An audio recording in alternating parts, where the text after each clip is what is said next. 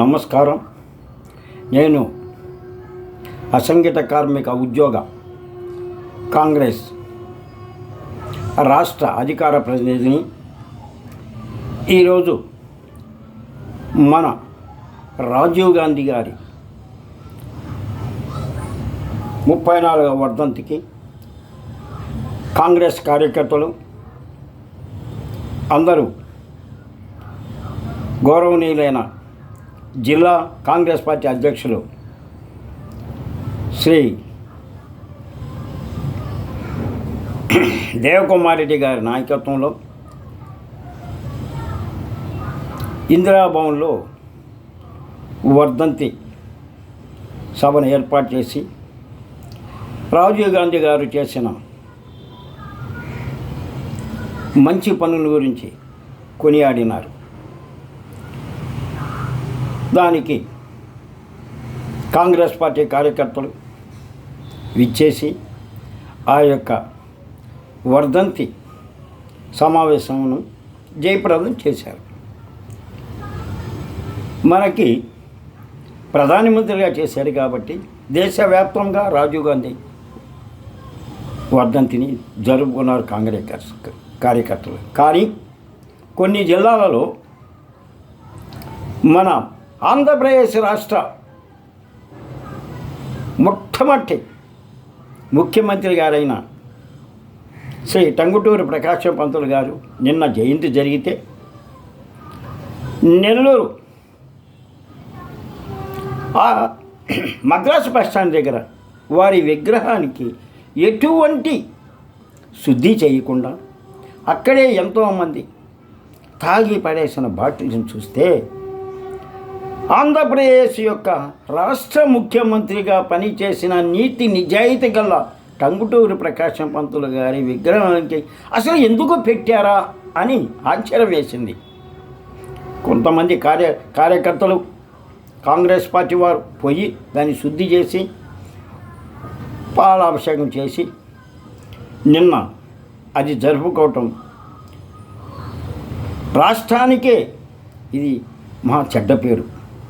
దీనికి ముఖ్య ఎవరన్నా బాధ్యత వహించని ఒక రాష్ట్ర ముఖ్యమంత్రిగా మొట్టమొదటి ముఖ్యమంత్రిగా ఉన్న టంగుటూరి ప్రకాశం గారి విగ్రహానికి చుట్టూ తాగేసిన మందు బాటిల్స్ ఉన్నాయంటే శోచనీయమని ప్రభుత్వానికి నేను విన్నవించుకుంటున్నాను. ఈరోజు మన రాష్ట్రంలో విశాఖపట్నంలో స్టీల్ ప్లాంట్ దగ్గర దాదాపు 2,000 మంది కార్మికులను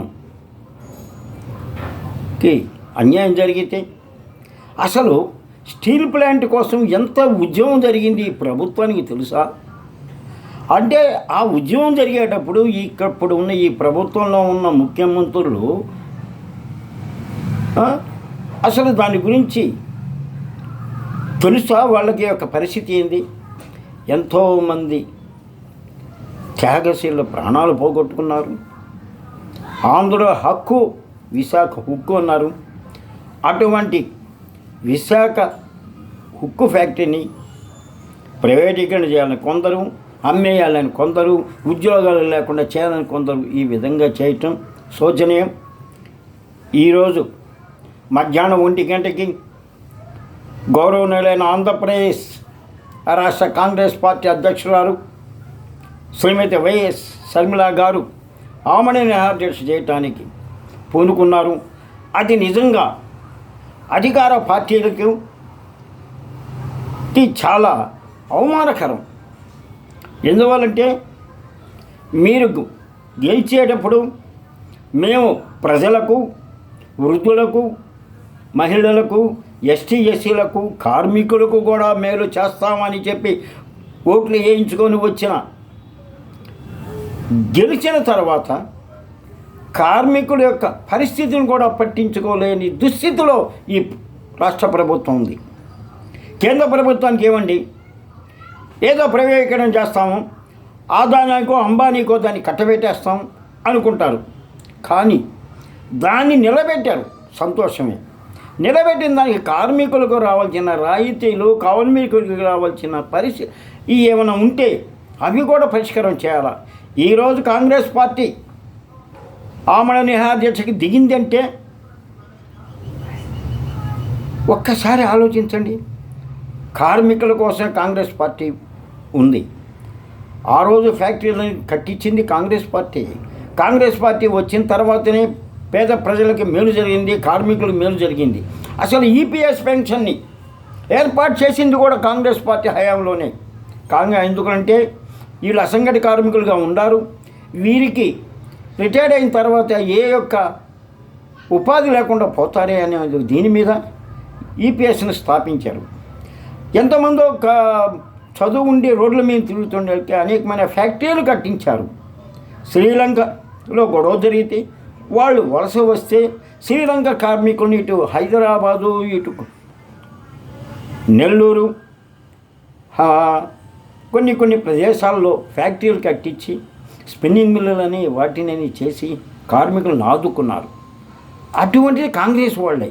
కాంగ్రెస్ ఉంటేనే కార్మికులకు మేలు జరుగుద్ది. కానీ కొంతమంది మీ కార్మికుల కోసం పుట్టామంటున్నారు. వాళ్ళు పుట్టల, కార్మికుల రక్తాన్ని పీల్చడానికి పుట్టారు. వాళ్ళు నిజంగా కార్మికులు పుట్టేస్తుంటే ఎన్నో ఫ్యాక్టరీలు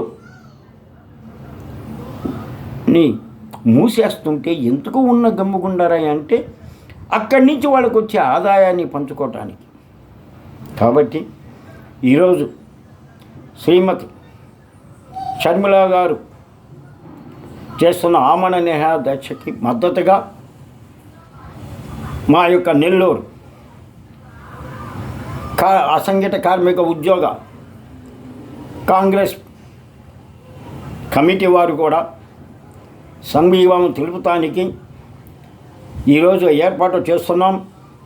త్వరలో ఈ సమస్య పరిష్కరించకపోతే ప్రభుత్వం దిగివచ్చి స్టీల్ ప్లాంట్ కార్మికుల యొక్కని పరిష్కరించకపోతే మేము పోరాటానికి సంసిద్ధమవుతాము అని